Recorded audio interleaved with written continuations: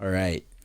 Next video I got before I head out of here. Oh, we got a little 1 hour stream.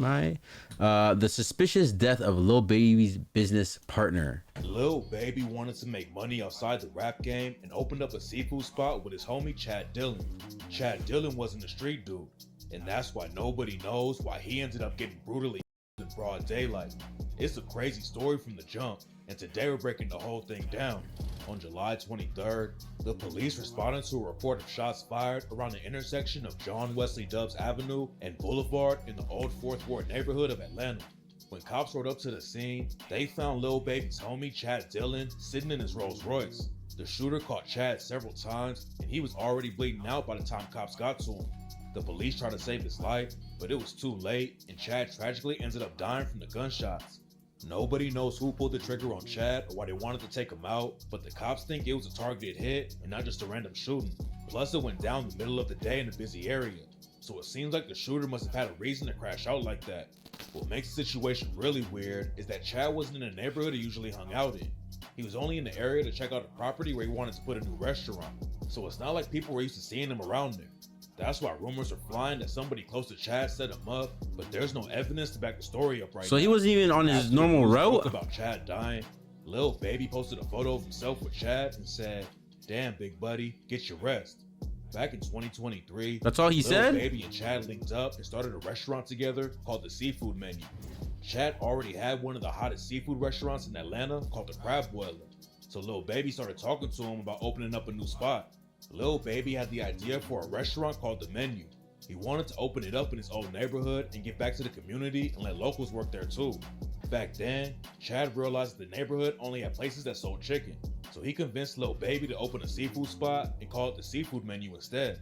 Chad's other seafood spot was more expensive, but Lil Baby and Chad wanted to open a place where anybody could eat. So instead of charging $35 for a crab plate, they knocked the price down to $12 so locals could eat there too.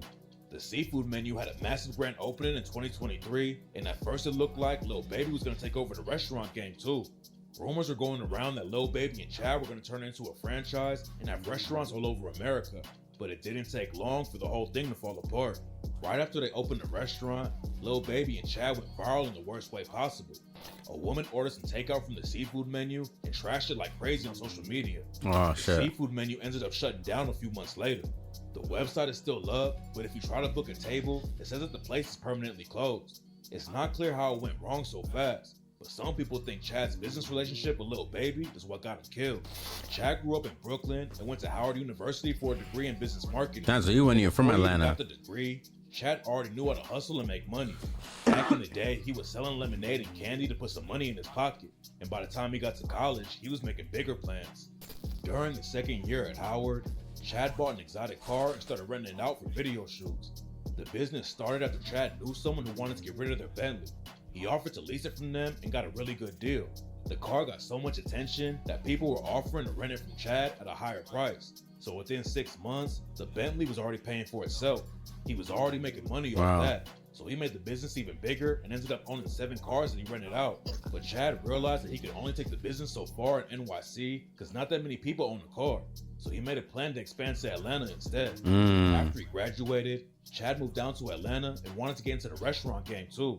There was a seafood chain called Juicy Crab that he wanted to get involved with, but the owners wouldn't let him get a license to open up because he didn't have any experience with restaurants.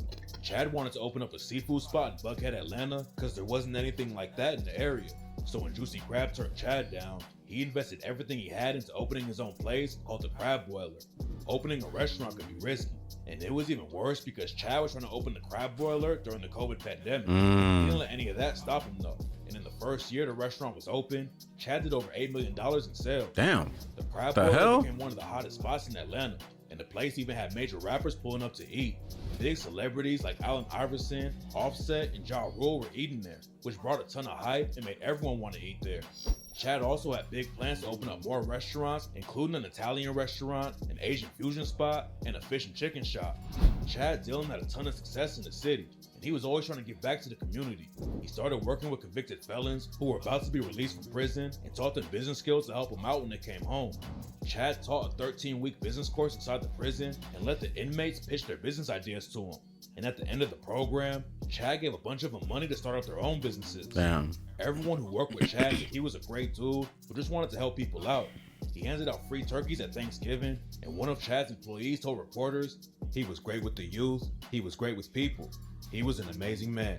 That's why everyone was shocked when the news broke that Chad had been shot and killed in broad daylight. Yeah, that's crazy. Chad was working on opening up a new Jamaican restaurant in the area where he died, and according to reports, he was walking back to his car when the shots started going off. Chad was driving a Rolls Royce and obviously had some money, but the cops told him it was just a random robbery.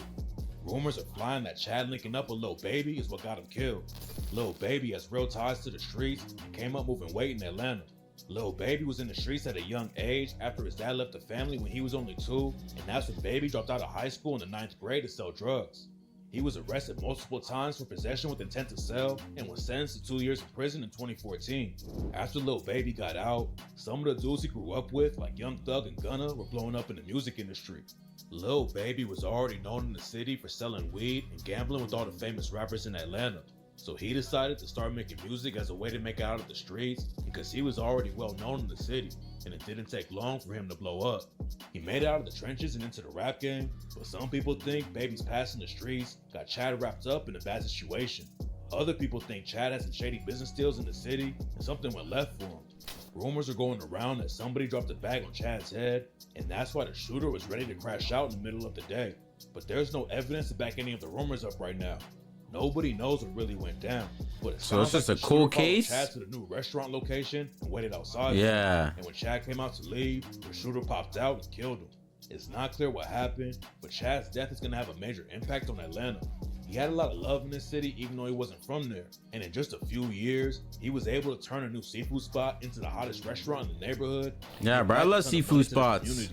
Tap in for updates because there's definitely more to this story. We pretty much only got like the Captain's Boil and like certain other places over here in Vancouver. But yeah, man, rest in peace, Chad. That's crazy. That's crazy. The sequence of events that line up to the events that transpired is very interesting, and damn, you really hate to see it. Damn, who's spamming over here? Well, look who made it all the way to the end of the video. Pretty sure that means you like what you saw, doesn't it? Make sure you hit the like button, hit the subscribe button. I'm live every single week on Twitch and Kick. Hit the link in the description, or you hit that video right there, you know? Might like what you see, might like what you find. Go ahead, hit it, hit it. Your friends, they hate to see us fucking